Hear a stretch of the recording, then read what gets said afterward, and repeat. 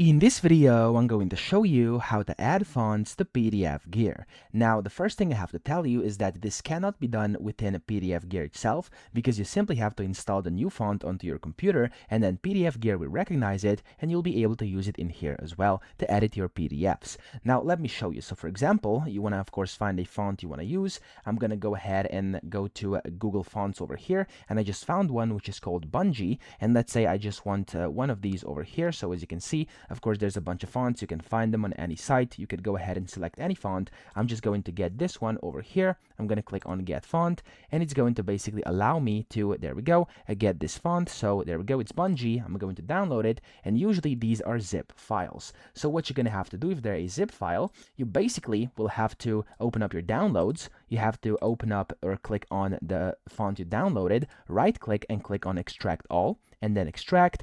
And as you can see here, it's going to open up a folder where you can see your font. So it's over here and it's the font, so the .ttf. It has like an A on the thumbnail. Double click it, it's going to open up this font and you have to click install up top. Wait for a few seconds for this to install, and there we go. When this is grayed out, it means that's done. You can close everything down over here, and then you also have to close down your PDFgear to actually apply the changes. So I'm going to close down PDFgear, and like this, there we go. I'm going to go and look for PDFgear again, open it up, and whenever I do this, I'm going to just open up a random PDF I have over here. There we go.